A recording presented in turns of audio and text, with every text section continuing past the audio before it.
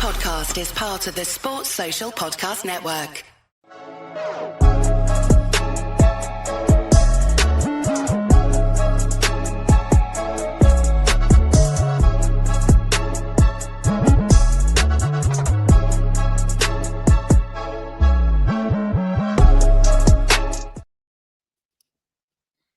Hi everyone, welcome back to the Social Media Derby. Got a great episode this week, 2 more game weeks to go through.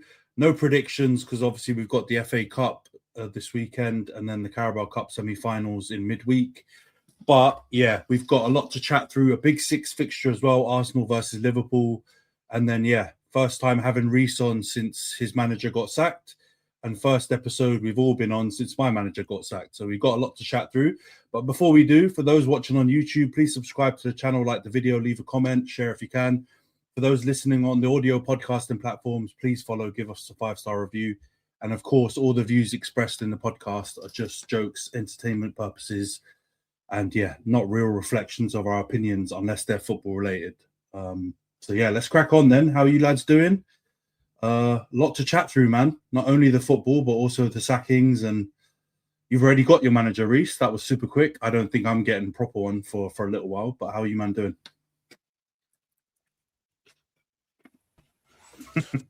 All good. We move. Another day in the life. That conveyor belt of managers never stops coming. The circus continues, man. Rolls on. All right, but before we get into the Chelsea and United segments, and we'll talk about the managerial stuff, we did have a big 6 fixture. It wasn't the greatest fixture I think we'll ever see between some big teams. It ended Arsenal 0, Liverpool 0. First of all, as a group, my bad. I completely forgot that there was a midweek fixture, so we didn't get the predictions out in the last episode. But I will say it was the most uneventful. We all did absolutely diabolical, to be perfectly honest. Thank God. Why are you clapping? You failed to participate. I'm just saying. You can fail to participate and hold your position. A man that didn't win a race when you DQ'd on a full start, bro. Some people say DQ. Some people say they let you. I gave you a chance to catch up, and you still dropped at the finish line. Yeah. We'll go through all the shenanigans a bit later when we give an update on the prediction league. But a couple man forgot to send theirs through or sent it through too late in Rhys's case. But unfortunately, you can tell. Yeah, man's trying to claim it. There was not enough capitalization on these mistakes. Let's put it that way. We all, as a group, had a pretty diabolical game week 21. But let's get into the actual games themselves. Arsenal 0, Liverpool 0. I'll start with you, Arsenal lads. It literally was a game of 2 halves. I think you could say as a neutral watching, you guys definitely had the first half. You played, the football was a bit more fluid. You looked quite dangerous going forward. But then the second half, I don't know what happened. Liverpool started getting on the ball and it kind of swung the other way. But Rhys, I'll start with you, mate. What did you make of that game? And do you think 0-0 was a fair result in the end? Because we're hearing different things out there on the interwebs. Word that I'm not sure if I can say yet. The things that we're hearing on the interwebs, for starters. But I think 0-0 was fair in the sense that I don't really feel like either of those teams went out to try and win the game outright. I think we had a passage of play in the first half, especially where we looked like quite good, quite dominant, but Liverpool had good chances during that. I think they obviously kind of settled themselves into the game in the second half. But ultimately, I don't really feel like either of the teams went out and had that X factor or that go the distance kind of thing. And I think in that Liverpool probably should and could feel like it was a better result in it for them because obviously we're at home. We're the ones in first place. We got the pressure on. I wouldn't say they played like I said, I think it was a case of neither team really going out and doing what was needed to take 3 points. And probably if you really deep it, most people would have been happy with the situation. Outside of watching that 90 minutes of dross, most people would have been happy outside if you said, you know what, we're going to maintain this lead at the top, we're going to stay where we are in our point in the table, we're not going to lose any like ground really, we're going to share the points. It was just very uneventful and a little bit cautious, I think. And I think if Arsenal want to win it all this season, we got to be better than that. Like, we got to go and fight and put the ball in the back of the net. And I know we're going to talk about our striker at some point, so I won't go into a monologue about him, Jack. But we've got to put the ball in the back of the net. But, you know, we'll come to you, Io, in a sec, bro. But also, let's not forget, you did play another game before that, which was away to Bournemouth, got the dub 3-2, lots of goals in that one. But I just feel like, in my perspective anyway, the Arsenal-Liverpool game was kind of, you get them every season, you get a couple of them between the big teams where you just kind of have two teams not going gung-ho, kind of quite cautious. And if the first goal doesn't go in, it's very likely it's going to end that way. I know you guys have had a couple with City in the last couple of seasons where they've ended 0-0 or it's been like a 1-1 and been very cautious. And it always happens. I feel like this was one of them. I think the expectation was just a bit lowered because of how diabolical Liverpool have been compared to last season. And the fact they had no striker and there were all these other things that Sturridge was basically catching life for them on the punditry part. But they actually stepped up and played a bit more like a Liverpool title winning team, or at least title challenging team in that game, considering. But it wasn't the greatest watch, was it? It was a bit of a dodgy watch. The interweb agendas are agendaing. This is like, Liverpool have been diabolical, and like I said, I don't think either team deserved 3 points. But people are being like, "Oh yeah, Liverpool," and you know, like Arsenal, they could have done it. Liverpool didn't get a shot on target. Yeah, the group chat we've had some funny things go back and forth between a couple of lads who are not on the pod this week, like Johnson Kem have been going back and forth about passing stats in different halves.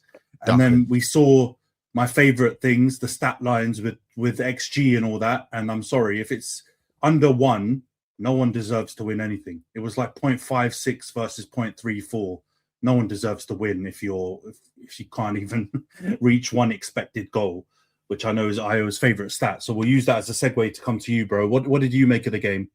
And I know you were quite disappointed with some of the tactical elements. You shared some screenshots and stuff in the group chat about, getting the best out of some of our attacking players. What did you make of it, bro? Yeah, it was disappointing, obviously. I think, again, it's another big game where we kind of don't look our best. And obviously, coming off the game against Bournemouth, which obviously was an intense game, it was a bit more fast-paced. But I think we need to expect that when teams play us, they're just not going to set up the exact same way they're going to set up against other teams. Like, obviously, like when you see Liverpool draw 2-2 to Fulham, you'd hope you get that same type of Liverpool coming in to play Arsenal. But obviously, they're going to set up differently when they face us. And yeah, that's what we saw. We're disappointing. Don't think we created many chances. Nothing to kind of get excited about. 0-0 is a fair result.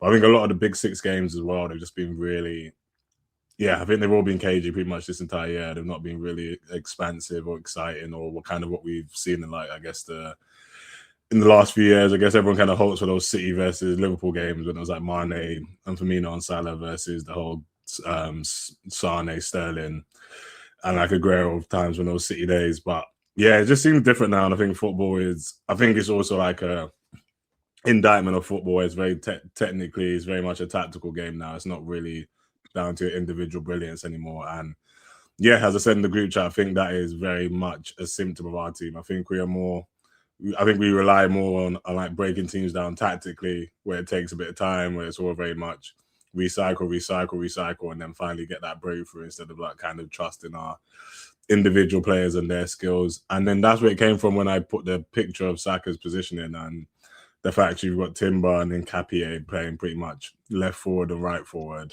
with Gyökeres. And as much as it kind of looks cool, it might feel cool if they grab a goal and stuff. I just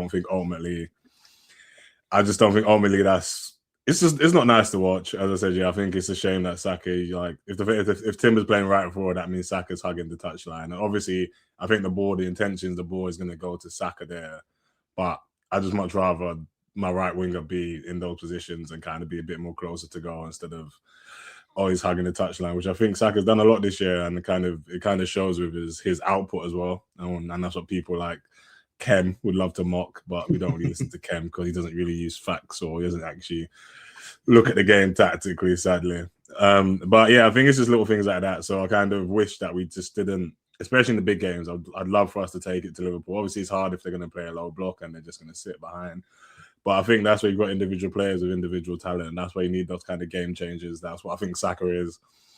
That's why you need to get players that can just break a team down with a bit of magic, because you're going to get games like this where teams just set up to defend, and you being so tactically, has to be like a very tactical breakdown, isn't going to work on these teams. You need something, just a bit of spark, a bit of light. And yeah, I think in the big games, that's what you miss. And yeah, against Liverpool this year, obviously they've been so poor, but somehow they've taken 4 points off. They've taken 4 points against us. So in one hand, that's kind of the shame. But then the other hand, obviously, thankfully, City dropped points, and they're still kind of in the same position that we were in going into the game. Would have been nice to get a win at home, obviously, and obviously beat Liverpool. That would have been good as well, because they've not been in very good form themselves. But yeah, that's just it's the Arsenal way now. The days of my tiki-taka Arsenal seem to be a thing of the distant past. So we just need to accept that those days are gone now. We just need this is a new way of Arsenal, and so yeah, just gotta accept it. But yeah, it wasn't a good game to watch. No team deserved to win, and yeah, it was a shame that it ended like that. Really, to be fair. Do you think, because Slot came out, you kind of alluded to a team being a bit more defensively set up, right? Which I think in the first half, Liverpool were definitely very compact, but in the second half, and I think that's what Arne Slot was alluding to when he talked about low block Arsenal and how that's why they struggle to break you down, etc. Do you think that's a fair comment? Because I think people these days are confusing a team just being compact, and obviously when the other team has the ball, what are you supposed to be? Just like, exactly. I'm trying to avoid a pause-worthy moment here, but you know what I mean. You've got to try and stay in the correct shape. You're surely not going to be just like going gung-ho when the other team has most of the ball and they're trying to attack you. So I think people confuse like just being defensively solid with low block. Low block is just what we did second half against Newcastle, where you've got 8 defenders on the pitch and you've got a line of 6 in front of the goalie. That's low block. Just being defensively compact is not low block in my book. I don't know what you man think of this thing now where everything is about different levels of block. It just sometimes you got to defend, right? I for one hate the term low block anyway. I don't know when sitting back became so out of date, you know what I mean? I don't know when that was a phrase that we just stopped using in football. But yeah, no, I think it's parking the bus. Yeah, exactly. That's what I mean. Like, I don't understand this whole need to just kind of gentrify things. Like, why it's not a lot like people certain teams part of the bus, certain teams sit back. Man saying low block is the Gales of football. It's all these man that are flipping subscribe to The Athletic and only wear Syria A jerseys when they go out, bro. I'm so frustrated. Honestly, I were in the function wearing a Calafiori Bologna jersey the other day. I said, "Take that off! Take that off!"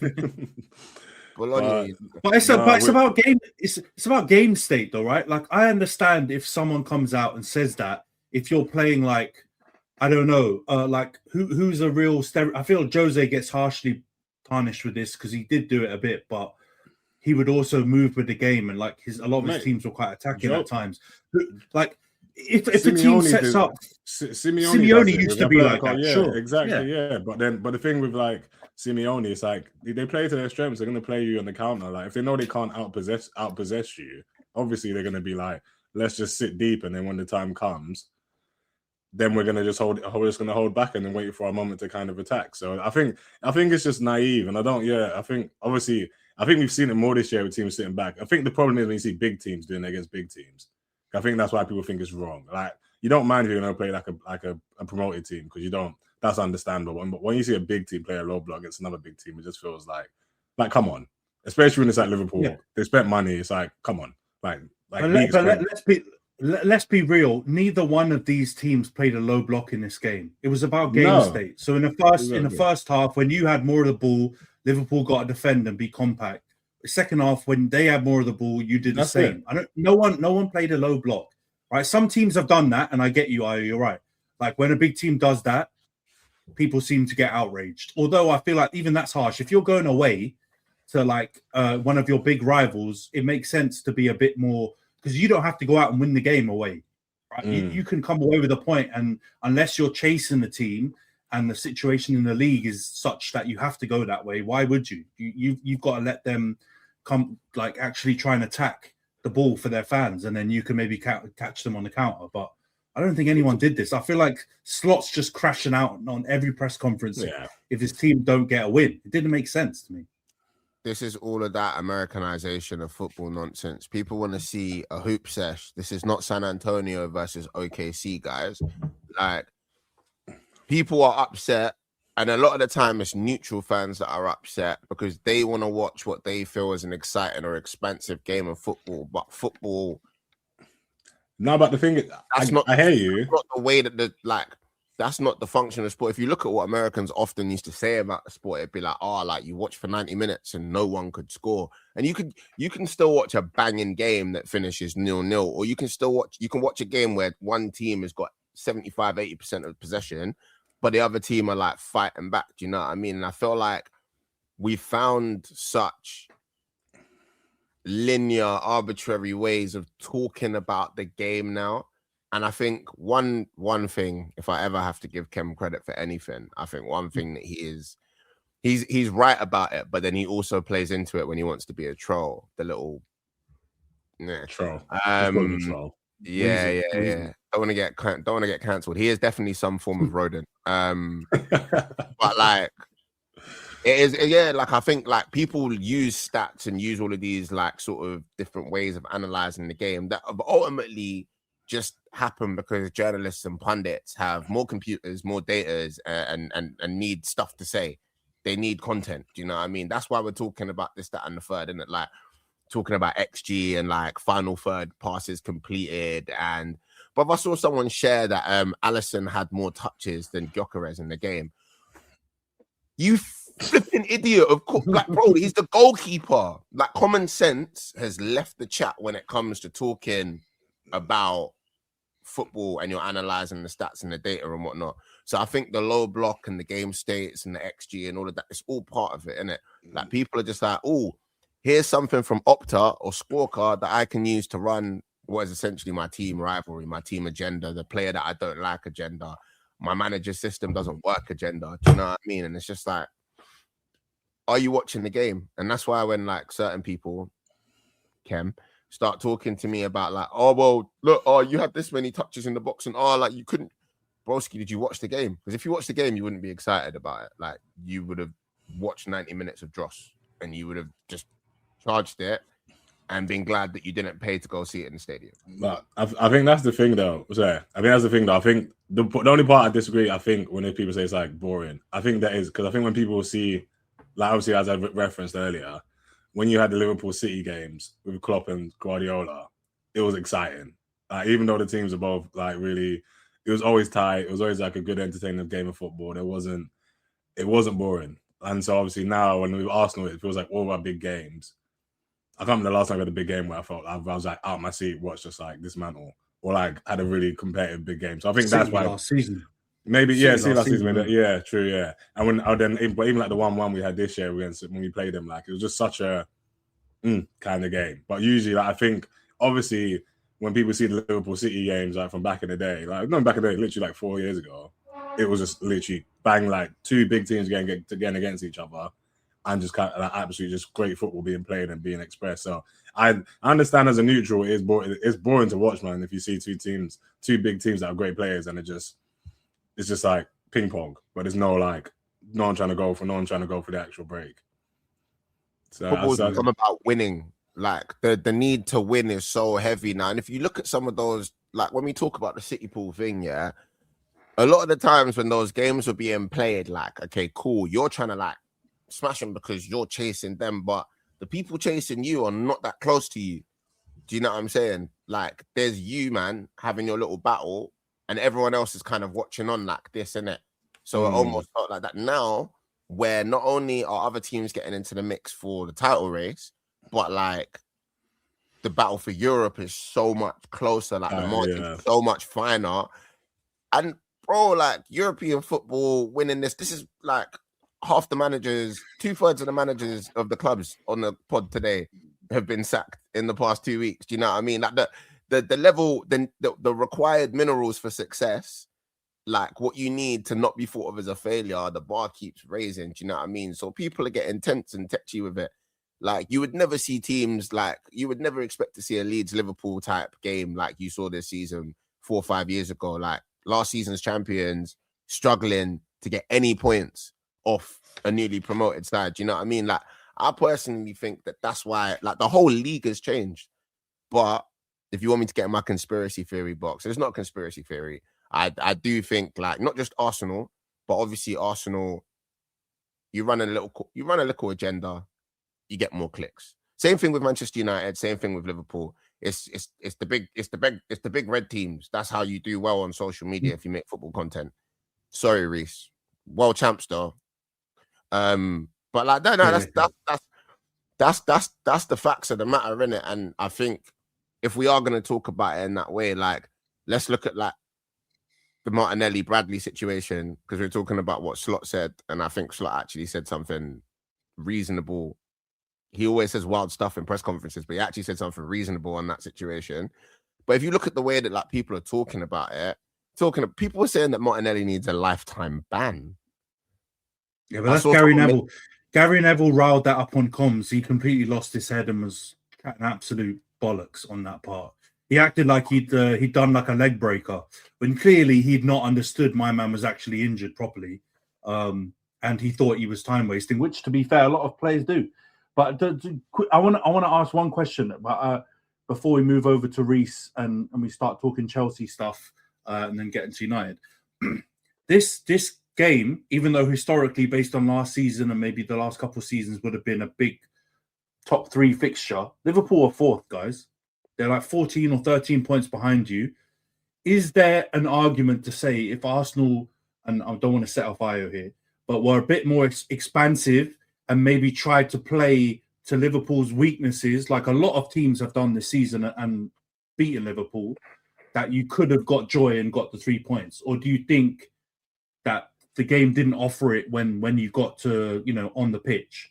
Because some might say that Arteta just stuck with his tactics that he normally would kind of employ and didn't shift them to say, look, Liverpool struggle with, what was it?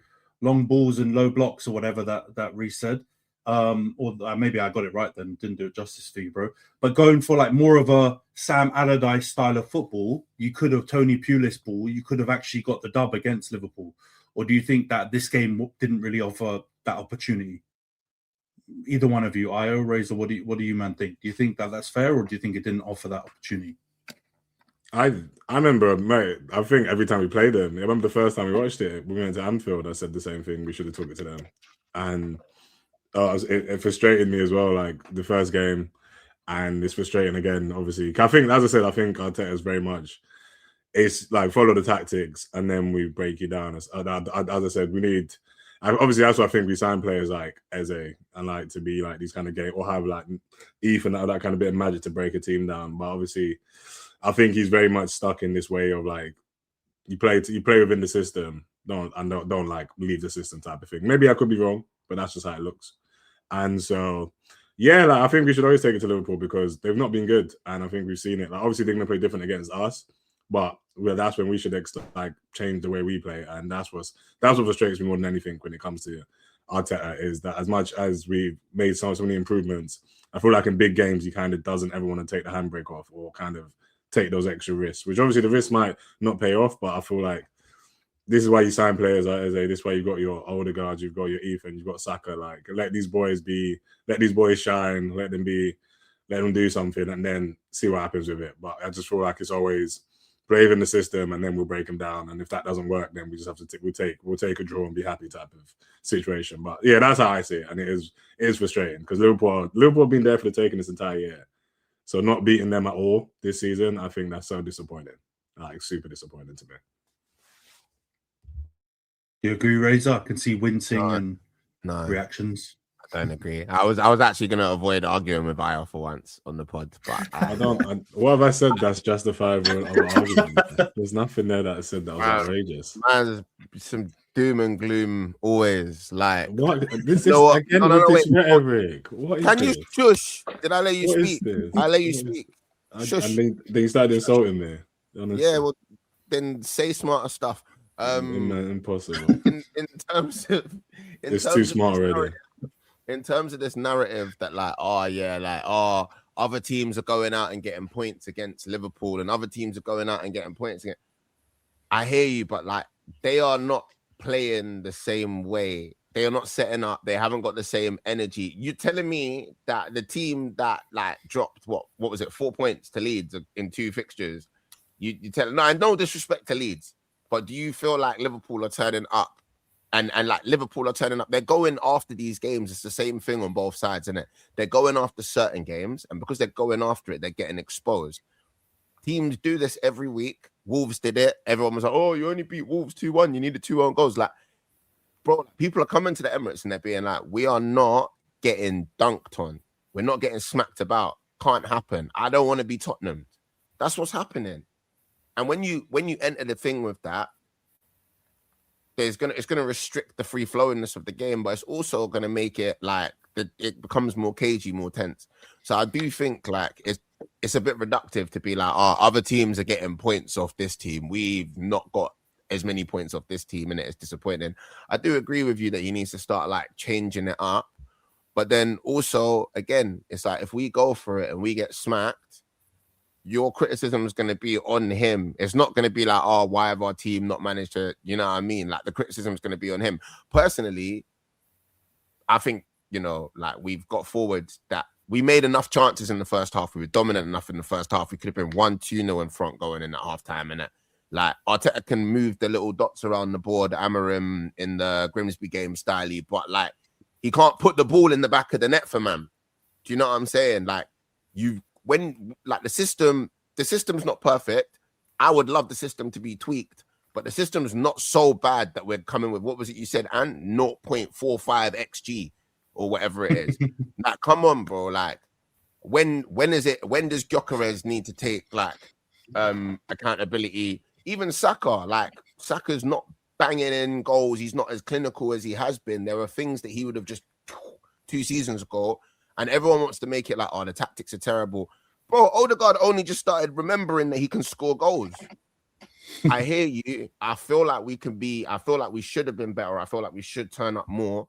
But like, we got to respect ourselves and respect the fact that the opposition don't want to get clapped. Do you know what I mean?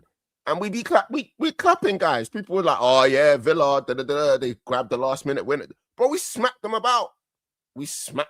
Like, so it's like we're turning up to big games, but like Villa turned up and said, yeah, we're going to try and play against Arsenal. If you turn up and you don't try and play, it makes it very difficult for the game to go any other way. And then would you rather play this beautiful football and lose 2-0, 3-0 at home and title charge done in February? I don't know. It's like, I think a good comparison is to look at when Liverpool went to City. How did they set up? And I think they set up in a similar way, but then City had a game changer in like Haaland. Doku had an amazing game in that. And if Saka and Gyökeres and other players in your team stepped up in that same kind of way, even with the same tactics, you probably could have beaten them. But I think a Razor points to like the uncomfortable thing. It's not mad uncomfortable, but for the uncomfortable thing that like you need to look for your big players to provide that spark in those big games. And if they don't, then it's very possible it ends 0-0 or you don't get the deadlock broken because you're talking about high level tactics between top teams. It's normally those bits of magic from a game changer, like has happened before with the Saka, but before in big games, or Rhys, obviously in the Real Madrid game was a good example of like bits of magic that completely changed that game. Because let's not let's be real. That game could have also not ended 3-0 if he doesn't hit 2 worldy free kicks and start opening the game up, and Real Madrid have to go for it. You know what I mean? Like that can happen if Saka or one of your big players has a big game moment. And we're not going to go into the Gyökeres thing before we wrap up this segment, because I'm not going to stick the knife in. But we know what that performance was. It wasn't pretty. Jesus is looking like, like I said, reincarnation of R9 when he touches the pitch after Gyökeres has had 60 minutes. It's crazy. Rhys, we'll bring you in, bro, because man's just been sitting there silently for 30 minutes. Sturridge was saying, and I want to ask you this, he was defending, he's obviously an ex-Chelsea boy, so this is the segue to you, right? Roy Keane said Liverpool have been one of the worst champions for how they performed, and Sturridge was kind of backing him up. What do you make of that? Do you think it's fair to move the goalpost on Liverpool and say like top 4 is fine, or do you think they need to be classified as really bad champions after spending 450 million? I definitely don't think they're the worst champions. I mean, we finished 10th after winning the league under Mourinho. So. I think Leicester also did put up a almost got relegated, didn't they, afterwards? Well, yeah. So I definitely think sometimes Roy Keane, sometimes he says stuff, maybe out of anger and not thinking straight. But it is poor though to spend that much maybe and finish.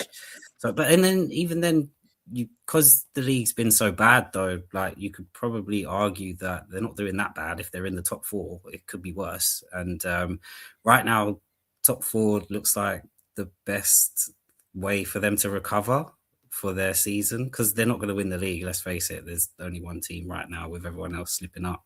But the best thing they could do is get top 4, find their form, get all their players back, and then maybe some of that money invested will come to fruition next season. I think there's another thing as well with all this, like take it from someone who's been there, like all this money spent, and obviously you expect instant results. Like it ain't gonna happen. So I think it's definitely not the worst season. I think that's a bit of an exaggeration.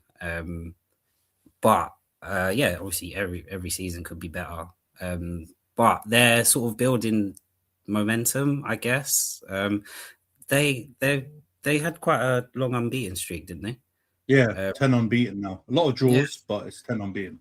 Yeah, you just got to build on it and just get confidence, get players back. I think Wirtz is actually playing well, not doing bad. I mean, I think he gets a lot of heat, but there's worse signings that have come in the league this season as well. So I think he's... There you go. So I think, it's not all bad, doom and gloom. I mean, I'm a Chelsea supporter. could be worse, mate. But I think the best thing for them to do is just build on this, get their players back, and stick with their bold-headed manager, because he had the answer last year. You're biased to the bold-headed manager though, because we'll segue now into the Chelsea section. So not the greatest week for you, bro. I mean, and that's coming from me, who didn't have a great week either. Well, managerial stuff, very good, but we'll get to that. But in terms of performances, not the greatest. 1-1 draw at City, last minute. My favourite player, Enzo Fernandez, bundles it in at the back post. And then, that Fulham game was mad. Another sending off. Looked like you might be able to snatch a draw, and then, Raul Jimenez scores the winner for Fulham. And the boy, Harry Wilson, actually, I think, scored the winner for Fulham. You catch a L in West London. Bit weird, couple of weird games, don't you think, mate? Or we said this so many times with the red cards, but we have to give it justice, because Arsenal and a couple of other teams have had this question posed. But there's definitely something going on with your players that you're catching so many red cards. It's weird now, surely, Rhys. You've got to admit that.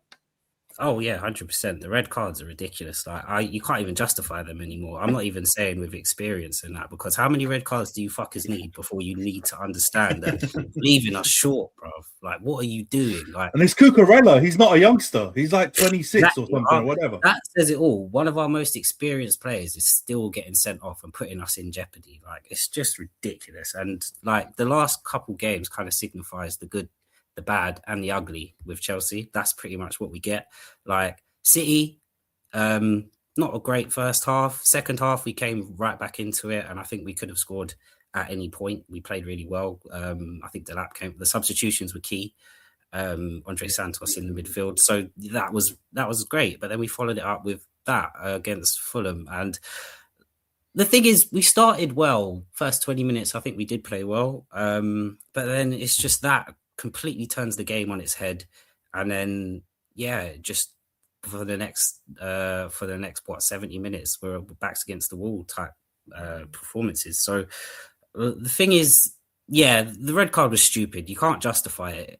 Harry Wilson? I think he was through on goal. Let him shoot, bruv.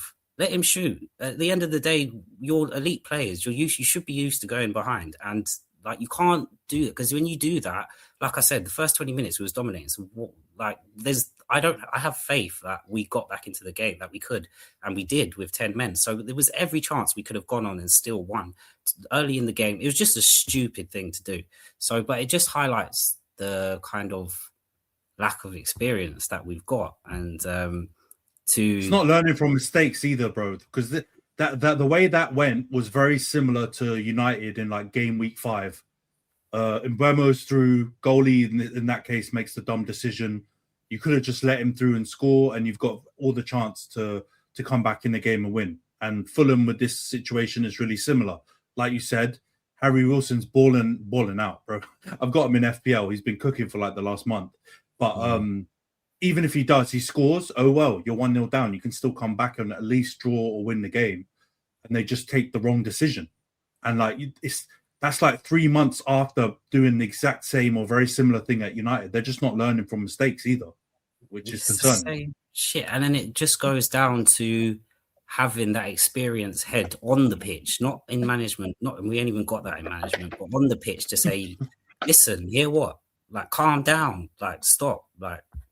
We haven't got that where players can tell other players to calm down. And someone like that, like Thiago Silva, would have just said, let him go if he's away. But there's no communication in defence. It's awful. And it just pretty much sums up the mismanagement of this football club, to be honest. And I guess that's what you get when you throw a bunch of inexperienced players out there that sort of still needs someone in there to kind of keep their heads, because it's just, you can't justify that many red cards in a season. You just cannot. It's awful. And then let's get to obviously the last few weeks and how about the manager. You've sacked one, which I know Maresca was chatting, and we talked about it on last week's pod, so I won't go over it too much, but get your opinion mostly. But he was chatting a bit, and the sacking happened so quickly, and then, to be honest, the appointment happened so quickly. It was 3 or 4 days, and he was confirmed. Liam Rosinha, or I think he said his name differently or pronounced it differently in a press conference, which shocked me because I think we've been saying it Rosinha forever. But he's the manager now, or head coach. I don't know what the terminology is. We have to be careful about that with my manager as well, or ex-manager. Yeah. So what do you make of it, bro? What do you make of the whole debacle? I know you've obviously got Clear Lake out, so I can guess whose side you're on. But what do you make of this Maresca and Rosinha situation? It's all just a bit of a mess. And it makes me laugh as well, all these briefings as well. And then, when he got sacked, saying all these other managers would be candidates. Bro, we knew who was going to be the manager the minute Maresca got sacked. Do you think you can piss on one season and then go to another club and try and piss on their season? No one's going to let you take their manager. And any manager worth their salt ain't going to come to Chelsea, because there's a clear structure of how we operate. And if anything, this managerial appointment, if you didn't deep it before, Chelsea are not here to win things. We're here to make profit and flip players and make players better so we can move them on. It's a project. It's not an organization to win things, because you can't tell me after the Carabao Cup, and then people can say it's a glorified friendly, but PSG wanted to win that. If there was one club that wanted to take that home, it was PSG, and everyone have some shame. You can say that, but PSG wanted that tournament. they wanted you can say it's not prestigious now, but give it a few years, everyone's going to want to win it because it's the new version of the Club World Cup. Like, because we're just the first ones that win it. That's why everyone wrote it up. But it doesn't. That's not my point. That's not my point. The point was the performance we put in against PSG. And then, you could say, oh, it's a glorified friendly, but PSG the game before slapped up Real Madrid. So there's an urgency there from them. So, but the game we played against PSG and Maresca kind of showed us that with one or two players back in, we could actually do something and make some progress in the league, but you just didn't do it. Like, Colwill got injured. You didn't get an experienced centre back to come in and to help. And even last season, linked with Osimhen, for so long, and then just didn't get him, nothing. And then all you do is just buy in these players that no one's ever heard of to try and make a profit, and then flip them and then move. That just showed me after the PSG game, a goalkeeper, a centre back, and maybe a recognised striker, Chelsea are up there. And then it doesn't make sense. If you're going to buy these inexperienced players and then Jackson, I was the first to criticise him, but at the end of the day, I was more for him to have experience, competition, up front, rather than just be the sole striker. So it's just about how you're sort of complementing the players that you have, rather than just moving players on, bringing in more inexperienced players. Here are the signings. Yeah, please tell me. Sorry, I know I'm going. Man's prepped it. Tell me if any of these players would get into any of your teams. You especially, Ant, because just tell me. Just let me know, please. Right. So these are the these are the signings that we give him Maresca. I'm not even talking about since 2021 when these idiots came in. Thank God. We'd never end the pod if you did that, bro. Right. So Tosin Adarabioyo, Amari Kellerman, Esteval, Mark Guiu, Keenan Dewsbury Hall, Renato Vega, Caleb Wiley, Philip Jorgensen, Pedro Neto, Yao Felix, Mike Penders, Jadon Sancho, Delap, Isugo, Gittins, Hato, João Pedro, Kendry Paez, Sarr, and Buonanotte. Tell me any of them players that would get in your team. You left out Garnacho. Garnacho as well. Come with this. You spent man so kettled he forgot the worst one. You spent 100 million on two players for the left wing, and you've made us weaker. Even Noni had 2 years on some of the players that are in the team now. It would have been better just to keep him. It just shows a clear mismanagement of this football club and how it's gone. And then to appoint a manager like Liam Rossini, no disrespect to him, but it just shows that you're not here to win. You're not here for now to win. And you can say, oh, I fucking, even they're bringing up this clip with David Ornstein, a couple of years ago. Oh, Chelsea are 2 windows into a 4-window project. And then after that 4-window project, they're going to judge how they've been. How the fuck's it gone, bruv? Please tell me. How's it gone? And the Club World Cup saved them, really, because it made them come out with a bit of balls and say, oh, this was justified. It really wasn't, my bro. It wasn't. We've got 5 sporting directors. What the fuck did they do? Honestly, back on the sporting directors. I'm going mad. And to be honest, it's not. We won't win anything of any significance while these guys are in charge, because they're just interested in the money side and the data side, and that's not how you win trophies at the end of the day.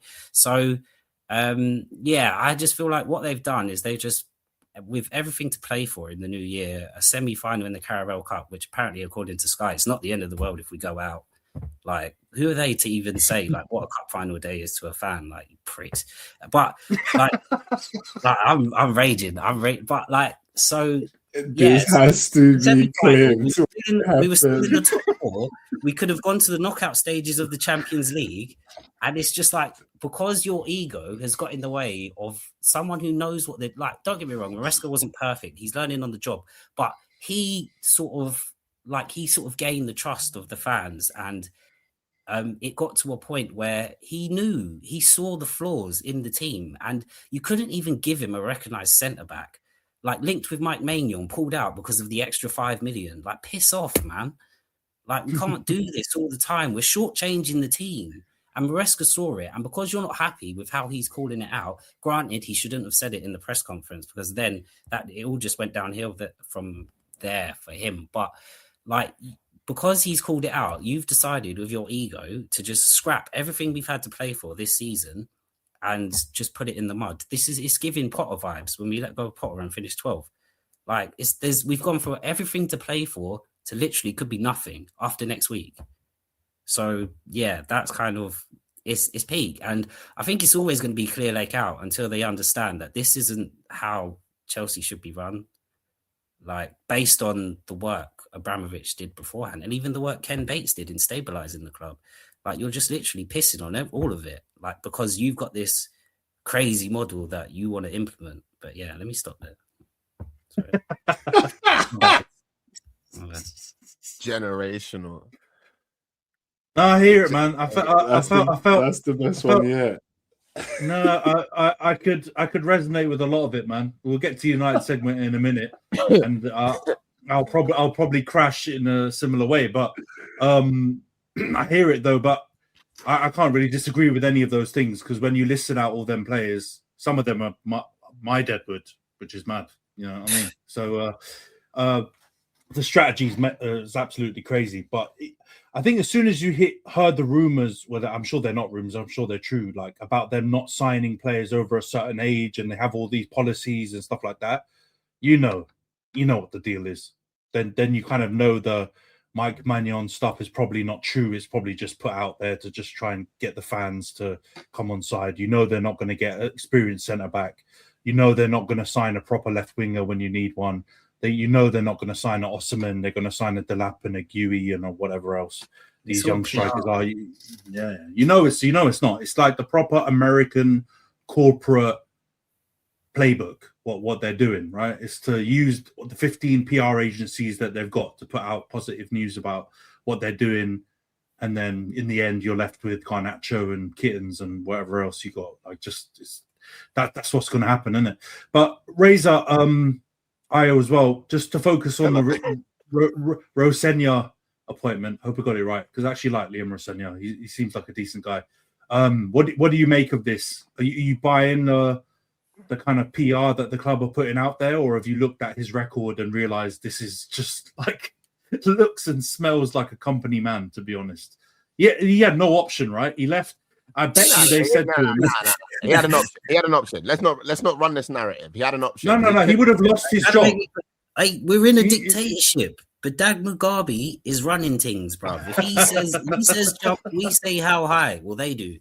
I'm telling you. No, but what I mean by saying he had no option was they probably said to him, we want you to come to the Chelsea job, right? And made it probably very clear that if he turned it down, that maybe his Strasbourg job was probably going to be at risk, right? There's no way if he turned it down, he keeps that job, or you think I'm bugging. His option was lose jobs or take Chelsea job. I don't think you're bugging. I'm just saying, like, if the idea of managing Chelsea was so unappealing to him, there was an option. The option is that he loses his job at Strasbourg. And let's be real about the world of football. In terms of what he was doing at Strasbourg, it sounds like he was pretty well liked by the fans and the players there. Sounds like he was contributing well for a club of that size. So there's no reason, looking at the world of football, how does the average football fan, player, whoever involved in the sport feel about the multi-club ownership model and what Blueco are doing? They're not fans of it. He would have got another job. Let's not act like Liam Rosenia was going to be out of a job in October of this year. He wouldn't have been. If he had said no, take what you get. Like, he's not. It's not happening, isn't it? Like, somebody else would have employed him. The level that Strasbourg were at is not so high that he couldn't have got another comparable job in it. And like Rhys said, my man is happy to be here. You know, when you say, sorry, like we always take it back to here, but you know when you can tell that a man has never pulled a baddie before and he is just happy to be here. You know the memes that they were making of Damson Idris when he first started seeing Laurie Harvey? Them way there, bro. Like, man's like... He's punching 100%. It's my first day here and I'm just so happy to... And you know what? I'm not even mocking him about that, because I feel like he seems likable. Like he seems like he wants to do a good job. I saw the clip of how he was talking about what Alex Ferguson meant to him when he was managing. I can't remember what the club that he was managing, but they were playing Aberdeen. They were playing like a game, and he was saying like, "Oh, it's just like this means so much to me. I grew up in this environment." Like you can tell he's a football fan. But let's be real, like you ain't never seen a happy-looking Chelsea manager in the past like decade, have you? You ain't never seen, even on day one, man are not turning up there and being like, okay, full of optimism, like. This is part of the problem, man. Like, he's literally like, so he got announced as manager. Bear in mind, Tuchel got announced as manager and took the Wolves game the next day. This fucker's flown back to Strasbourg, done a couple interviews talking about how sad he is to be leaving, come back, done an interview for Sky before the Fulham game. We're like, what are you doing? Talking to, like, shut up, bruv. Act like you've been here before. Like, but I'm not trying to disrespect him. I'm not trying to disrespect him because obviously I do think he's a good manager. I just think he's too enthusiastic right now. And it's just like, don't be going to do all these in-camera interviews when you haven't taken the team yet. Like, God forbid we don't get a result against Charlton and then we got a game against Arsenal on Wednesday. Like, it's just going to go downhill from there. So I'm not a fan of that, having to do these press conferences, doing an interview for Sky before you've even taken the team for a game. I just feel like he should have said nothing until the Charlton press conference. But yeah, I just feel like Ray said, he's way too happy to be here, and that worries me as well. Maybe you've been scarred for too long. Maybe you need this optimism. Maybe this might be good for you. I think he's a yes man as well, for sure. But Rhys, there's a lot of trauma there. So maybe this is what you need to kind of appease the trauma. Maybe you need a bit of enthusiasm, a bit of like this happiness to take over Chelsea, because it might just be like, I don't know if he's gonna do a good job. I don't think any manager does a good job at Chelsea anyway. I think it's hard for you to go there. There's so much micromanaging. You're not really the manager pretty much. But you don't know, like maybe this type of players, like maybe these young boys as well that you guys have got in, maybe they need someone that's a bit more jovial or a bit more like, not as serious. This might be the way to kind of tap into them. You never know. Like, everyone's got their different methods. Everyone's got their different strategies. I don't want them to succeed. I don't want anything Chelsea positive to happen in my lifetime. So you never know. But it might be different. These young boys this might be the way to kind of actually get them to not get sent off. You've got so much PTSD that a man's happiness seems like weakness. Exactly. You smell joy on him. And you're like, leave that fucking shit in France. We don't do that here. That's what I mean. Maybe this is good. This might be good for Chelsea. He's probably the best suited to the role, I suppose, in terms of that micromanagement type style, and he'll probably just get on with it. But it's not a good look, is it? Like, no, I agree with the press conference stuff. That is, as you said, like just keep your head down and get into the dressing room and then do your stuff, type of thing. But he might have been told to do it. He might have been told you need to put yourself out. No, you're definitely on point. I get what you're saying, Rhys. Like from a optics perspective, it looks ridiculous because man's chatting more than he's actually chatting to the players. But these are all contractual things. Like all the broadcasters force these men to do all of these different interviews. They can basically pick who they want to speak to. And when you have a new manager, they're obviously not going to go and fucking speak to Tosin or to Chalobah, are they? They're going to say, I want to speak to the manager, please. And then they're going to chat with him from every angle, try and like catch him out and start doing it. It's just, it comes with the territory, I guess, a bit. But yeah, it's just because of the way the cards have been dealt that it doesn't look great, but I can't blame him. And I just think, just think like for the ownership as well, like this is like the fourth manager in 4 years. Like we're looking at and out of that, we've had only 2 years in the Champions League. We might have another season out of the Champions League. We've got no bloody shirt sponsor. Don't forget the World Champs. Bro, I'm going to milk that. I'm going to milk that for the next 4 years. I said this. That's the only thing I might be able to milk. This is the thing. Like, there has to be a pause there, by the way. There had to be a pause there. It was a second very emphatic milking of the pod. Like, I'm going to milk that before he said that with Vim. And I wasn't on cam, so you couldn't see the face that I made. There has to be a pause there. All right, let's go on, Rhys. Before we move on. Rhys, do you think Liam, Rossinha, or as I think we're going to start calling him Rotisserie because he's going to get cooked, do you feel like there is a part of him that's like, do you know what? I've been put in a position where I cannot succeed. So I'm just going to enjoy it while I'm here. I'm going to raise my profile. I'm going to do all the interviews. I'm going to get all these PR clips of me shouting at the players on the touch. Come on, Esteval. Yeah, more like that's going to happen in the game. Like, you got to keep going. Like, he's getting all the PR clips. He's aura farming, as the youths would say. Because he knows he's here for a good time, not a long time. And maybe the more PR points that he can put up, the better his landing spot will be. Do you know what I'm saying? That's like, do you think there's an element of that like in it? Or do you think he genuinely thinks like, I can take Chelsea to great heights. I can get us back to where we need to be. 100%. I think one's more likely.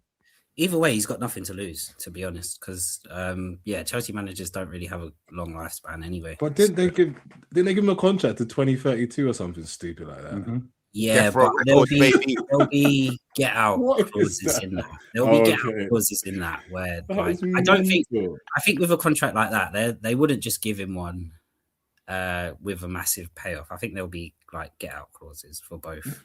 He's on less money than I don't know, a Sugo or whatever, one of these random youths that you bought. He's not on anything. And yeah, I mean, at this point, I feel like if you go and work at the club shop, you're going to get a contract to 2035. So I think it's just the Chelsea way. I don't think it means job security there. I'm sure in 2028, Chelsea will be hiring Gary O'Neill from Strasbourg. Yeah, so they will probably. Yeah. You're probably being optimistic with 28. It might be 27, bro. Let's see how it goes. But from one shambolic team in the south to the shambolic team in the north, Man United. Very similar set of circumstances. Manager speaks out in a press conference twice. He absolutely loses his head completely. And he's been fired on Monday morning when I wake up. Back to work, first day back in the office. Ornstein drops the bomber. Amorim sacked. Then he's dapping up photographers on his little walk, his morning walk. Yeah, man, crazy. Life of a United fan. He's gone. Monash you can throw away that little judge doll that he has somewhere with all the pins in it. He's done his job. Amorim's out, and yeah, we've got Darren Fletcher. Confusion about how long we've got him for. Apparently, it was supposed to just be the Burnley game. Now he's going to be there for the Brighton game in the Cup, and you never know. He might be there until the end of the season, but. Yeah, right now the options. I mean, you're talking about Rossinha, as an option. We might get Ollie back. We might get Michael Carrick. The options are sparse. Let's be real. But it does seem like we're going down this caretaker interim till the end of the season. They don't want to make this final decision on the manager now, which I don't know. I want to get you lot's opinion before we get into the games and that. For me, that tells me. We can rule out the Prem managers that have been in the running. I think that means we can rule out Glasner, Iriola.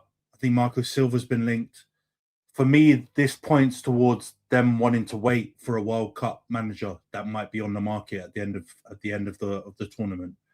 A Tuchel, an Ancelotti, a Pochettino, a Nagelsmann, someone like that. All four of those guys going to be at the World Cup with contracts that end pretty soon after the tournament.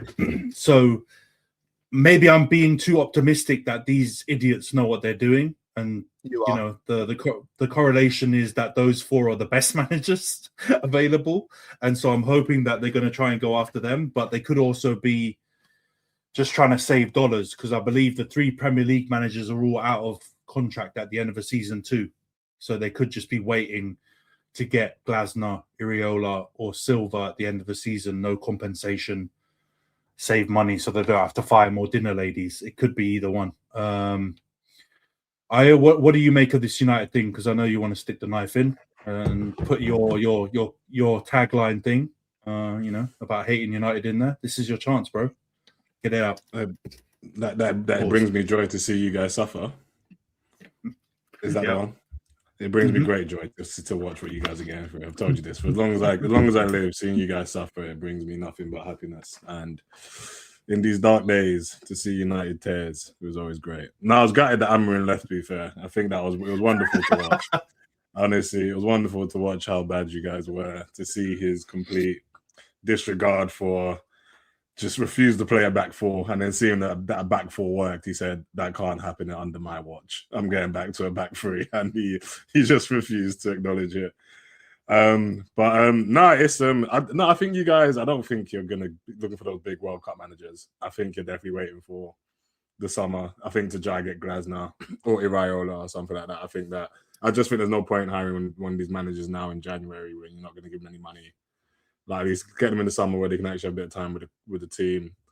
Let them finish their season out, and then they can come in fresh. But yeah, I'd be surprised if someone like maybe Tuchel, maybe, depending how England goes at the World Cup, maybe to see how he feels. But yeah, I think it's more likely to be Glasner. I feel like his name's been linked for a very long time, and he's a good manager. So that would be actually kind of pretty sad to see him go to you guys. But yeah, no, I was gutted to see Amorim gone. I think it's good that he's still putting money into the local economy. I see he's not left Manchester yet. he's still going to cafes and still enjoying that nice little payout there. And I think it's brilliant that he's smiling as well. The guy clearly did not want to be there anymore, and he got his wish. And yeah, he's got his payout. He's enjoying it.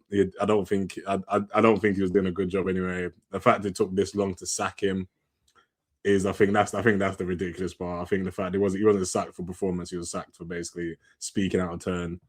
So I think that I think that part's kind of ridiculous on the part of the United board. But yeah, no, you guys are in disarray, and yeah, again, it brings me great joy to watch you guys suffer. And I do like you, but yeah, your tears and your sadness inject it into my veins directly. It's just great. And it pause as well. Yeah, exactly. Pause that one. But I'm glad that you top and tailed again. Pause your little segment with your tagline. So well done. But with the Amorim stuff, before we come to Razor and Rhys on this, what Rhys just described in terms of the micromanagement at the board level with the sporting directors, as much as Amorim had to go, not for him speaking out, but for his performance, because it was fucking diabolical. But when we talk about the micromanagement that he was going through, I understand why he's cheesing and he's loving life afterwards. Because if you've got Jason Wilcox, who, by the way, again, this might be the point where we need to point towards the disclaimer at the beginning. That brother, United fans need to see his head on a stick, because he knows fuck all about football. And the fact that he has been a development coach at City, well done. But as far as I care, I don't give a fuck about the development squads, right? And then he's the next job he's had is Southampton director of football, where they went down and like literally bought all of Man City's youth project players and all this kind of stuff. And it was clearly some sort of fucking Ponzi scheme fraud situation. Why is he our director of football? And then he's telling them and the disclaimers be stronger when you're accusing people of illegal activity. Yeah, of course. Entertainment purposes. Activities, not the incitement to violence. The violence as well. It needs to be a lot stronger at the disclaimer. It's entertainment purposes, folks. Entertainment purposes. You and Musa, yeah. You see, United fans, I will not testify for you, man. I will not show up to court. Yeah, you're gonna get us back. No one will. No one will. No one's gonna back up a United fan. I get it. But my point still stands, minus the exaggeration on, like you said, the violence potentially over the top, and the criminal activity. Yep, exaggeration. But like, why is this guy is coming in and telling managers how they should play? And I saw some interview where he openly admitted he likes to get involved, like too involved with the decisions around the tactics and the playing, and he basically is guilty of micromanaging and trying to be a manager. If we have a director of football like that, we're finished. No manager can actually succeed when you've got someone. It's like the workplace. If you have a line manager who's just like looking through every single task you do, telling you how you need to do everything and not just letting you do your job, it's highly unlikely you're not going to succeed, or you're going to crash out like Amorim, put your notice in and duck. And so I'm not even shocked that that's happened. But what I would say is Wilcox needs to go with him. And that bald prick Barada probably as well. Like it shouldn't stop with Amorim. It should probably go everyone, maybe even Jim, chuck the old man in there as well. Get rid of all of them and then just start afresh. Because they talked about bringing football people in. They've made the big decisions they've made have been catastrophic, right? Keeping Ten Hag, giving him a contract, hiring and then firing Dan Ashworth for like the cost of 7 million in the space of 4 months. Diabolical. Hiring this manager with a drip and then backing him, even though he's been terrible for most of the time. Worst manager since World War II or whatever the stat that comes out. That stat I know you guys will like, right? Then afterwards, you sack him just because he said the Roy Keane meme, just do your job essentially, and your feelings got hurt, and suddenly you've paid him out another 10 million, and apparently his staff are high-fiving, doing backflips after they got their P45. It's mad. I know it's not quite the 30 minutes that Rhys did, but I'm telling you, this is crash out worthy. Even if Amorim is so bad and we needed to get a new manager, the way it's been managed. You know, there's that clip on social of this guy chatting to someone like unpopular opinion, and he says United haven't been managed like a big club or something. I can't remember what his take is, but essentially his take is that we've been managed like absolutely poorly. Boy, when I saw that video, I thought this prick is talking shit. But then the more time passes, the more I have to view that video in a different light and go, you know what? He might be onto something. And yeah, it's not looking good, man. And the results on the pitch, we haven't even talked about that. 1-1 at Leeds, 2-2 at Burnley. Yeah, we can't win, even against the lower league teams. So God knows how we're still in the top 10. We've got to thank teams like Chelsea and Liverpool for stinking it up almost as badly as us, if not worse than us. Otherwise, we could have been in 15th again. But yeah, I don't know. Razor, do you want to jump in and stick the knife in as well? I personally, I have a lot of personal love and affection for the work that Ruben Amorim has done. For me, he's impacted my life positively greatly. One, because the results speak for itself. World War II, the Blitz, etc. Two, I think it's wonderful to know that, like, United. I've always known that United fans were style over substance, but you really proved it because them were gassed over the Moncler. They were like, "He's got the Monclizzy on." Did you see? He had the Monclizzy. He had in the street, bro. He had the Monclizzy again after he lost the job. Right, like so he's back in the drip again. New Monclizzy, bro. Exactly. Limited pieces, bro. Limited pieces. He's one of one. He's getting them altered by the factory. The one thing I'll say, yeah, because you're like echo your sentiments, the pain and the tears. Delicious, delectable. The one thing I'll say, yeah, is the mismanagement thing. Also, I feel like the Man United board got the one that everyone knows. And like when a man's tired of his relationship and instead of breaking up with his girl, he starts being a pagan. Were we meant to go for dinner with your friends? Sorry, I actually booked to go and play golf with the boys. I won't be back at that time. Like, I'm going to the match that day. Swear down it's your mum's birthday. I can't make it still. What do you mean the makeup brush ain't meant to be put there? Like, you can't just put it in the dishwasher. Like, them kind of behaviors there, yeah. That's what man's doing, hoping that one day she crashes out, smashes a plate, does something, and he can be like, I don't know if I can. This is a really hostile environment. I don't know if I can continue here. That's what Amorim did to you, man. That's what he did. He dragged your club through the mud, performance-wise. He made a mockery of the institution that is supposedly Manchester United. Like Ayo said, he went, I have this system. You must play my system. Okay, like, we'll try this other system. Now that system worked, but it's not my system. He violated the thing, and you man lapped it up and got forced to watch.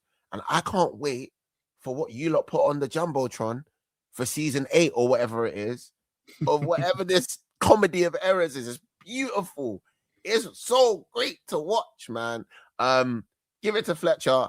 I would love to. Someone put on Twitter, yeah. Fletcher's gonna make himself player manager and play a midfield three of Fletcher, and Fletcher. And based on certain performances, can it be worse than Ugarte and Casemiro? I was just gonna say, bro, I was a bit harsh on Casemiro this season. He's been all right, but definitely would be better than anything Ugate's ever done. Retirement. So I would take Darren Fletcher right now. Yeah, and I'm just happy for Kobbie Mainoo because I love people screenshotting all of the players, liking all of the memes and shit of the situation. Kobbie Mainoo laughing at the memes. Probably the first proper laugh my man's had in a while. I'm glad for the young king. Even Garnacho is getting involved. He's at the Chelsea ground just flipping. He's a chief, man. He's in the gulag, mate. He's in no position. Exactly, my man. Yeah, Kobbie, the Cobster, as Nash likes to call him. I hear it. Free Kobbie and all that. But you better get game time, man. Otherwise, these ex-club legends need to be in the firing line in a similar way. Kobbie's got to play. So let's see how it goes. Hopefully he does get game time. We see him kind of get back to his levels. But yeah, I don't know, man. In terms of, he is kind of right, man. I know Evra said that about Arsenal and the Netflix and the seasons end the same. But United, when it comes to the managerial appointments and the same failures, we're not even multiple seasons. It's just one season being rerun over and over again. Prime time, Channel 4 in the morning. You know what I mean? Simpsons and all that shit. So I think we're finished. Unless I see all of these guys in a very similar Rhys crash out. Sadly, we've only got one director of football, but he's just as shit as the five that you've got. So yeah, we need to see a big change when it comes to all of those people.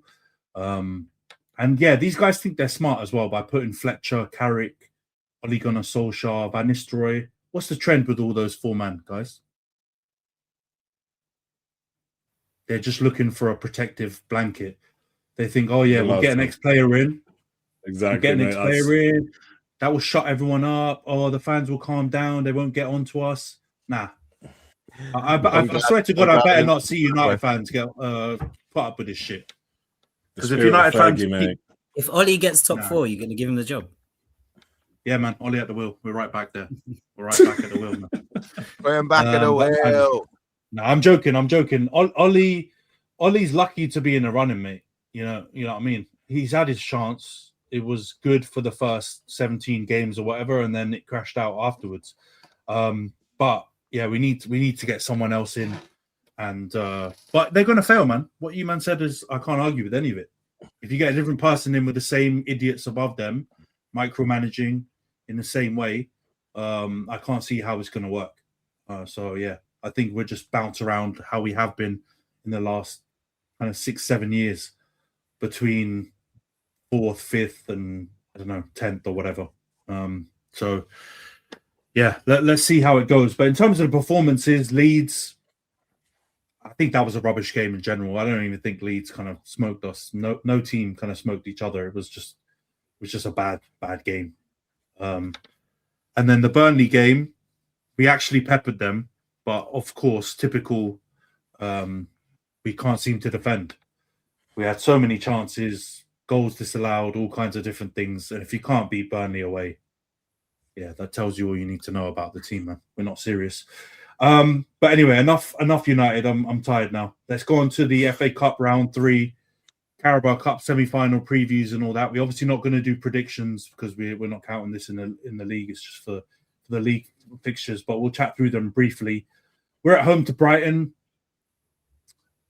My opinion on this is we have to go full strength. As Kem likes to mention, and some of you like to mention, we're playing one game a week.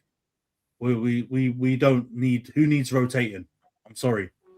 Everyone needs to play in this game. If you're fit, you should be playing in it. I don't want to see Bayern Deer. I don't want to see Fredrickson or any of these youths that I've never heard of. I don't want to see any of these guys. I just want to see our proper strongest 11 and us to go for it. And we still could lose because Brighton, apart from the last game, have a pretty, Brighton have a pretty good record against us, apart from the last one. You know what I mean? Where we managed to beat them. They've beaten us umpteen times at Old Trafford, and like I've seen some Brighton fans like banter us on Twitter. Pascal Gross is back, and if you know, you know. I'm worried. I'm worried now. Now that he's back from Dortmund just in time for this game, I'm severely worried. So, strongest 11. Otherwise, yeah, I want Fletcher sacked immediately. All right, what about Liverpool game, guys? They're against Barnsley. Lower league. They lost to lower league team last season. People never really talk about it, but that was the kind of start of Slot's terrible year, even worse than Ruben Amorim. They lost away to Plymouth, if you man remember. Do you think they should do the same to avoid kind of another upset, or do you think they've got to rotate, or kind of what do you man think about the Liverpool stuff?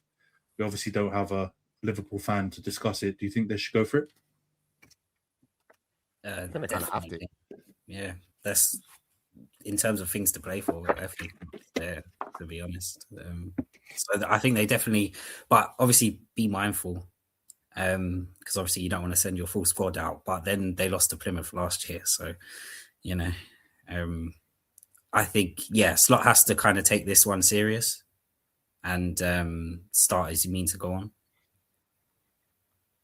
Yeah, I agree, man. I think you should go for it. And to Peter, B7N5N, I hear you, brother.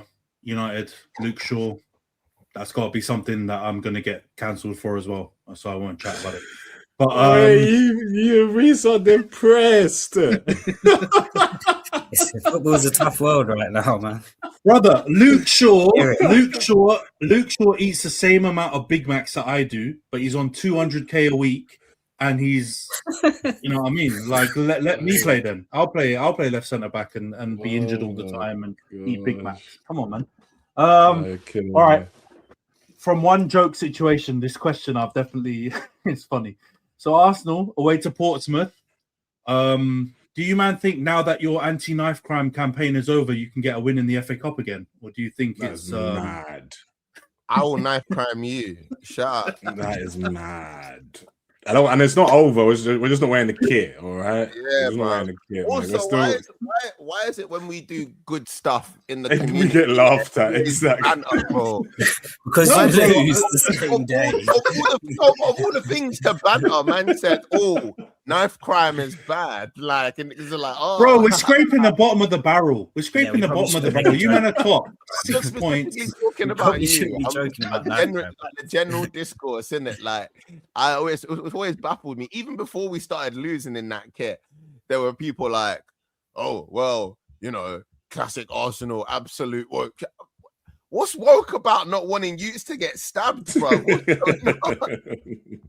I think it's very, very admirable because you try and stop the knife crime and you just get stabbed up in the FA Cup. But now that it's over, now that it's over, now it's over. So you're going to go back to FA Cup winning. Yeah. You're the most winningest FA Cup team. Of all the cups to talk to us about. Yeah, exactly. You got to try and win it again now after just this little stint that you've given up for your campaign. Now you're back. You're going to win, right? Portsmouth away. You got to get the dub. But you guys are jokes aside. You're definitely going to rotate this one, surely. I don't want to see what the group that's going to be like if Ethan's not playing. If I don't see Ethan, it's nah. I don't want to process that thought in my head. You might want to hear something hilarious. I bet he's injured. While we've been on the pod, I've gotten an Arsenal app notification talking about will Kai Havertz be back in rotation against. And I just feel like Io will have a crash out in him. He's crashing regardless. Yeah. I don't mind if I see Kai. I told you I need to see just Ethan play football again, bro. Like, why can't I not see my boy play football? Why don't we got when we need someone that can break a game open, he doesn't get played, bro. Don't let me crash out, man. I'm not trying to get too much level. If you talk about Ethan, I'm not playing. We need all the players that we've got, bro. He's gonna play a pivotal role in the run up to the end of the season. Do you know what I'm saying? Same thing with Eza. Like, some of my friends who support Palace are crashing out because they're like, bro, why did you take our game breaker guy and you're not even playing him? Are you mad? Do you know what I mean? And I was like, that is a bit weird, though, don't you think? He's bare. He didn't. Oski, your game breaker guy. Saying he did play. He's now at Arsenal, isn't it? Like the levels are different.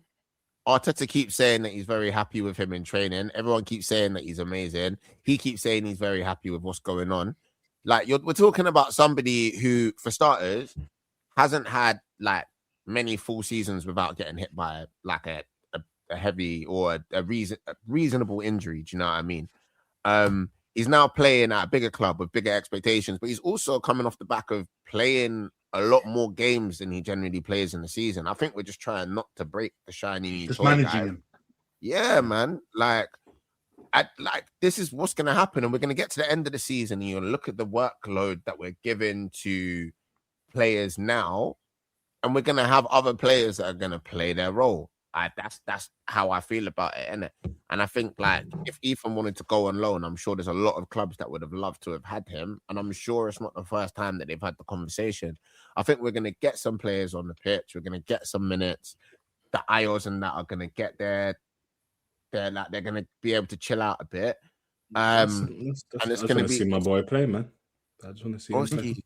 Broski, he doesn't play for Forest Green recoveries or whatever you want in the quiz. Like he plays for the Arsenal, bro. He's 18. He's gonna have to wait his turn. These are the kind of days that I'll accept your crash outs on. But like, come on. And you know what I don't want to see?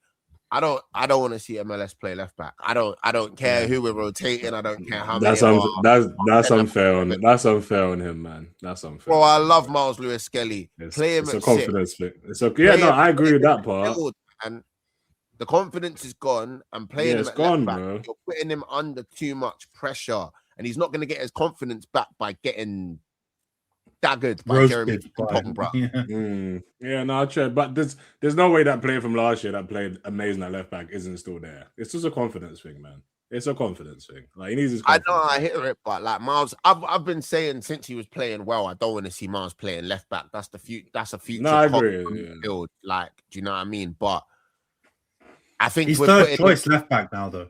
He's fourth choice left back. Yeah, fourth choice left back. I want to see Timber in midfield before I see him. Yeah, bro. No, he should play midfield. No, midfield. Even be fifth. Declan Rice might be able to, after what he did at right back. Declan Rice might be our fourth choice left back. No disrespect to Miles, bro. I think Miles is great. Same thing with Ethan. The reason Ethan's not getting as many minutes is because he did a great job in a makeshift position on the wing. But he is not a wing. He's a 10. So now you're getting your 10 treatment. But this is where you are in the 10 queue. Yeah, he's third choice or fourth choice. Yeah. He's behind Marino, bro. Anyway, crazy. I think we're gonna have a great FA Cup day. F you, man, and your jokes about fighting knife crime. I think we are gonna be all right this round. We'll see how it goes. And yeah, shout out Portsmouth. They used to be top side. Heritage, man. Yeah, I got proper like Barclays memories of Barclays heritage. Yeah, trust me. So yeah, proper big team, game. Bratton Park, love it. Let's see, man. Yeah, let's see if the curse is over. All right, Chelsea versus Charlton. This feels like a real old school throwback game as well. Charlton feel like another proper early Barclays Premier League team. Rhys, do you want to go for this now? Because the league's gotten a little bit sticky. You're obviously in the Carabao Cup semi-final though, but do you think, because you mentioned that the hierarchy like parading these trophies that they win, right, as like validation for their approach, do you think that they're gonna like kind of mandate that Rosenia actually goes for this game, or do you think he'll like kind of deprioritize it? I think regardless we have to go for it, but can I just let's get all this FA Cup, League Cup narrative. Like the top four was always the goal, and top four is still the goal, even though they've pissed on our season. Like this, that doesn't give them a pass. That's crashing part too. It doesn't give them a pass to write off the league at all. I mean, the distance between fourth and wherever is not that much. So the top four, top five. And that's me lowering my expectations from top four after you lot try to drag me in a title race. So, yeah, I just want to put that out there. Like, prioritizing the FA Cup or not, like, top four is the goal. Like, because if we have another season out of the Champions League, we're in the mud. So, but yeah, no, he does need to go for it because I think he's going to start a fairly strong team. Just with the fact that he needs to get his ideas across and see how his ideas of his strongest team are going to look. So I expect us to go for it. I think Charlton will be tricky because it's a London derby, particularly South. Nathan Jones, I mean, easy Charlton will be tricky. I think honestly, you think I'm joking. We went to, where did we go? We went Lincoln and they put us under. You think I'm not? You think Charlton's going to be a tough game? Champions of the world champs. You had it. Listen, we're going to be shit for the next 4 years, but we're still world champs. Do you know what's that thing back in the day when like a girl used to say something and there was that meme about I still smash though. That's exactly what we did. We smashed and we came out clean. You get me? So like, we can be shit for the next. Whoa. Oh my days! I'm saying too much. Broski. Real talk. Yeah, no, world champs. I'm going off the point now. Get back to Charlton. No, I think Charlton will be difficult. It will be that tough atmosphere, isn't it? But yeah, we have to go. You think a close win on the cards then is what you're expecting, right? Like it's going to be tricky. And old Liam finding out how much depth he actually needs. Pause, bro. This is fucking hell, mate. By the way.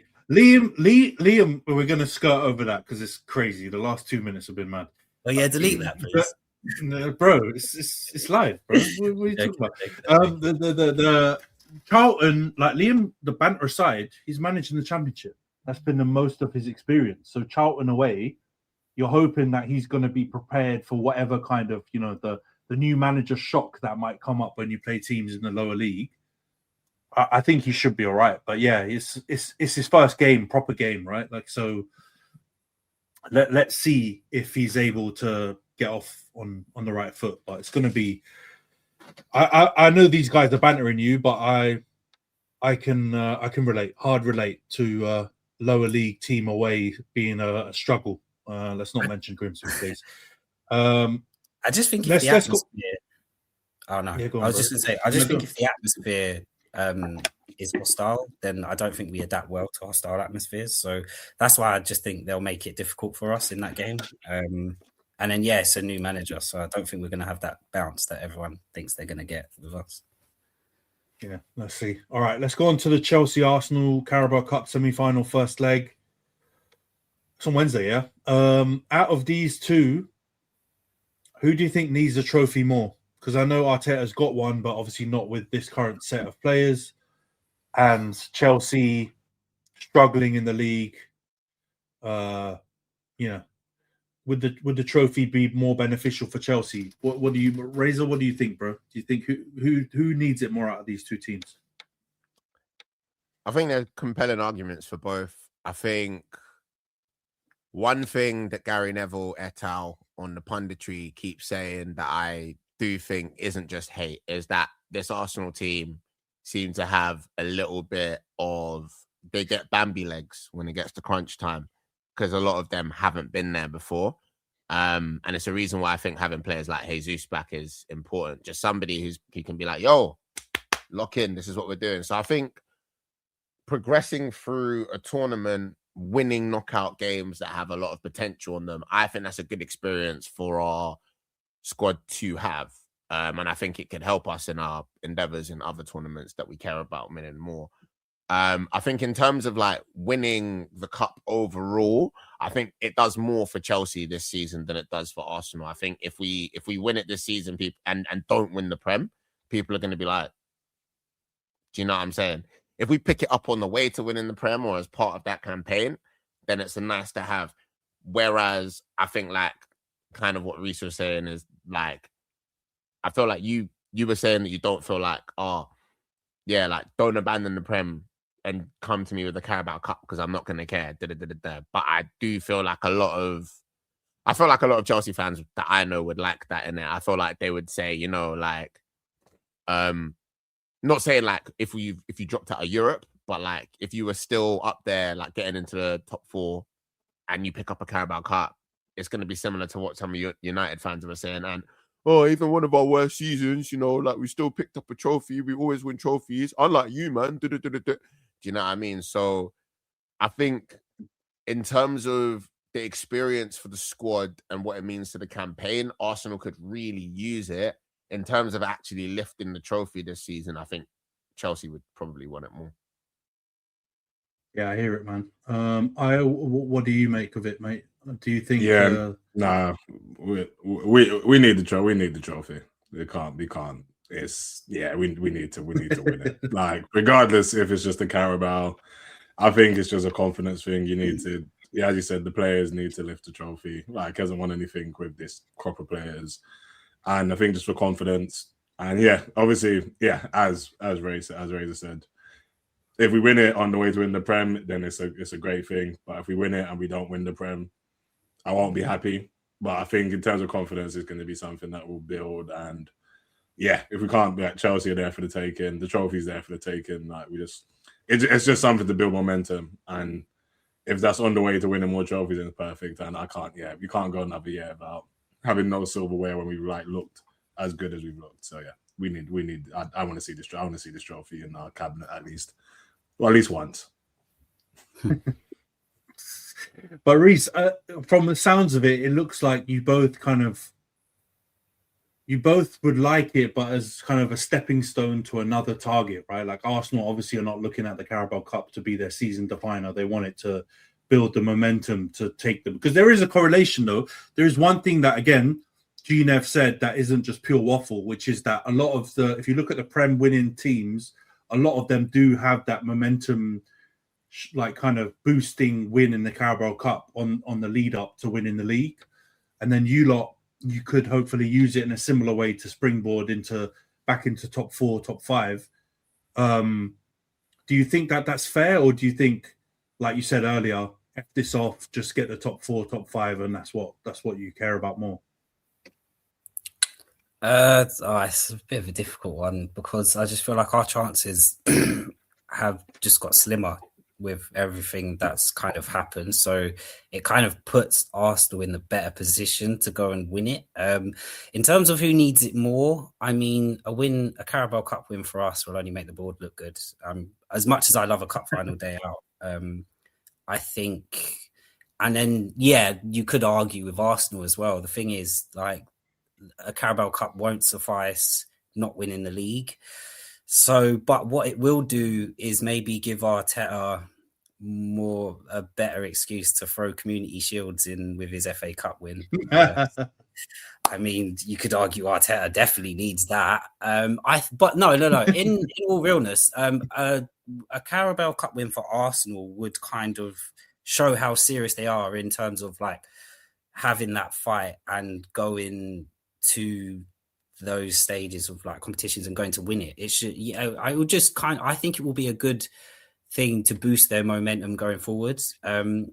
So on that basis, I would say Arsenal need it more, but I think it's for them, there's only one focus. They're not going to, like, Arsenal fans are here for the league. And a Carabao Cup will just show how far the team has come in terms of that readiness to go and compete on like these fronts. And like, wasn't it? They got to the semi-final last year. So this would just be another step to show the improvement. So I definitely think Arsenal need it more because we've written off our season. And according to Sky, it's not the end of the world if we go out. So it's there, mate. You must. But that's my kind of thoughts. Yeah. I mean, we're obviously not going to do predictions before we get into Prediction League, but from these games, I don't know what you, man, think. I think Liverpool will beat Barnsley. I think, jokes aside, Arsenal will definitely beat Portsmouth now. I think Chelsea will scrape through against Charlton.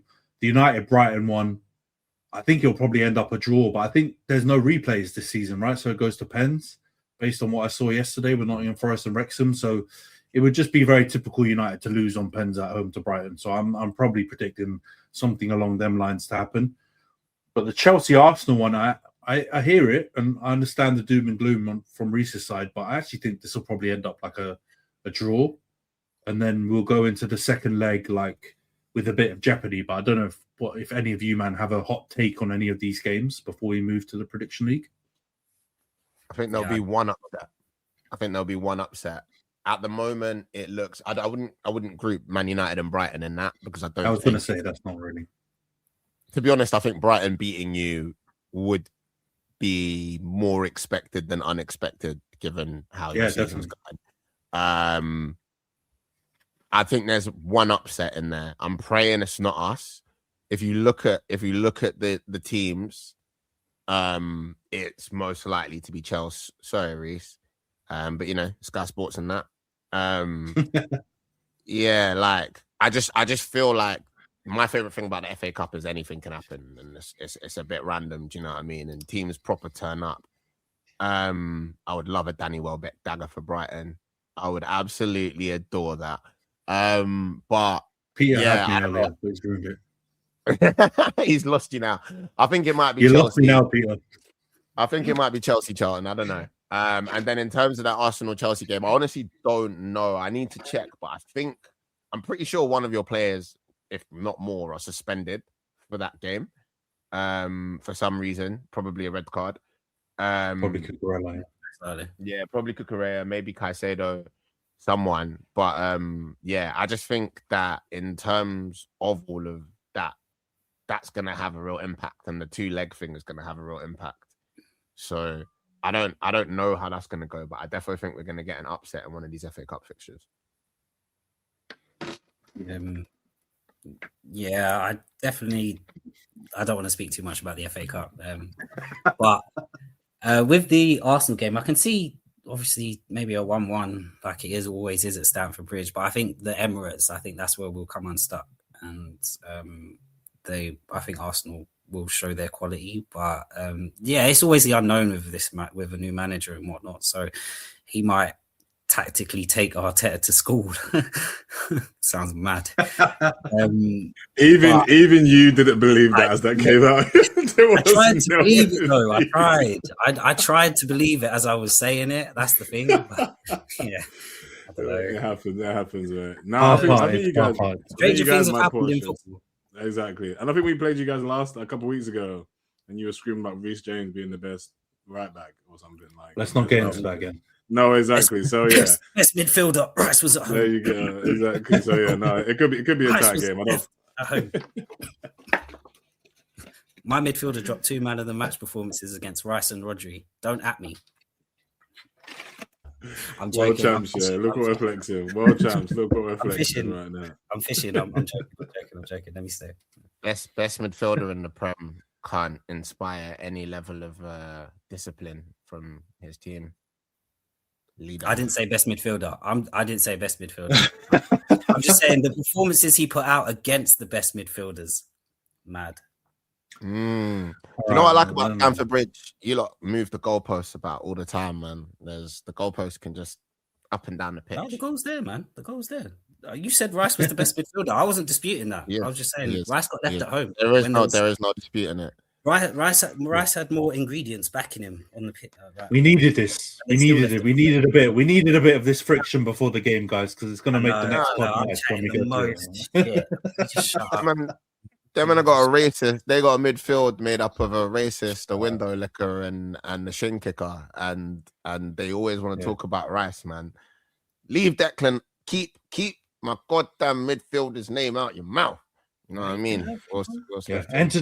I have to insert here.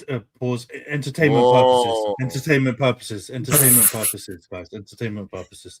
All right. Let I quickly get in your predictions. Not predictions, but do you think there's going to be any upsets? How do you see the Chelsea Arsenal? Do you think you're going to get the dub?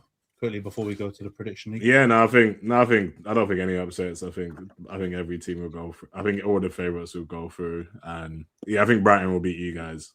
Just because I think Brighton are a better team, to be fair. So I just see that happening.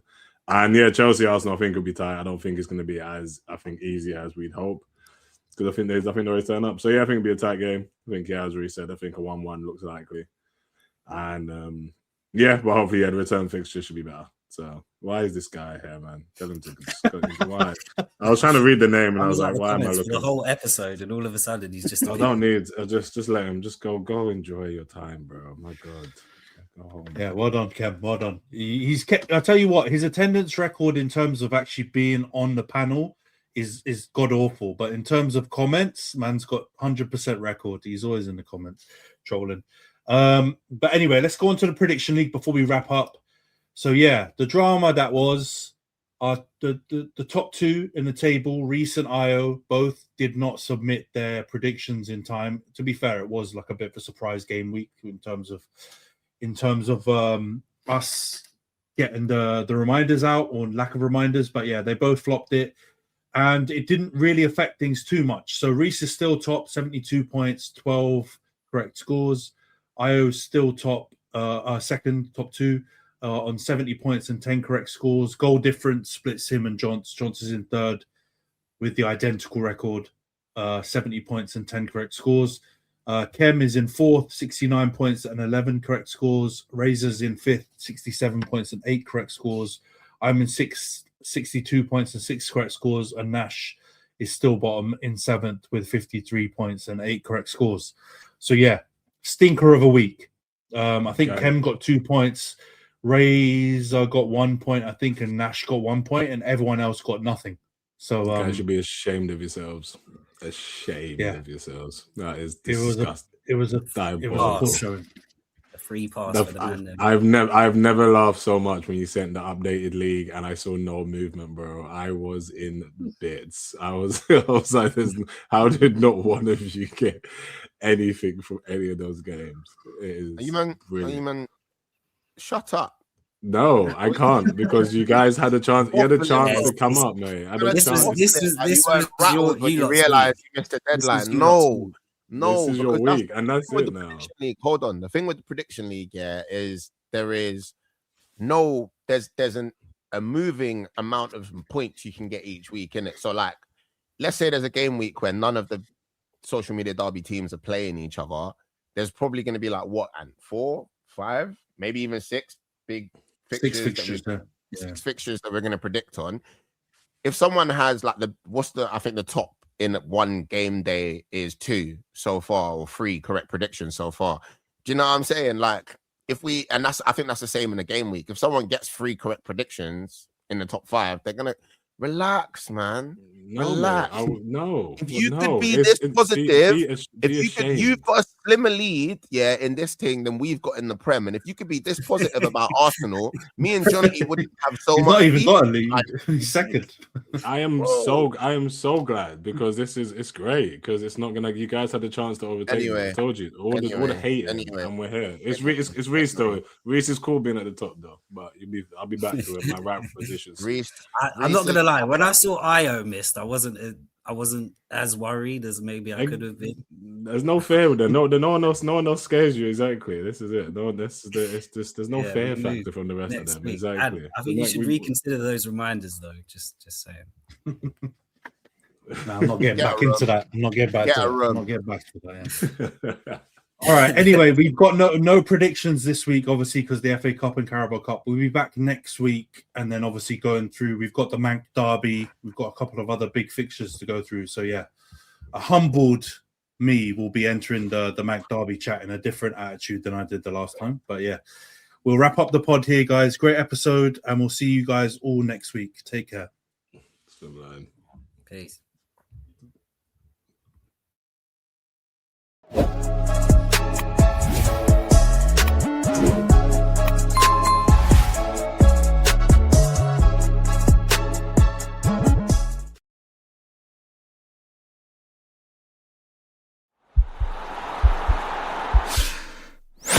This podcast is part of the Sports Social Podcast Network.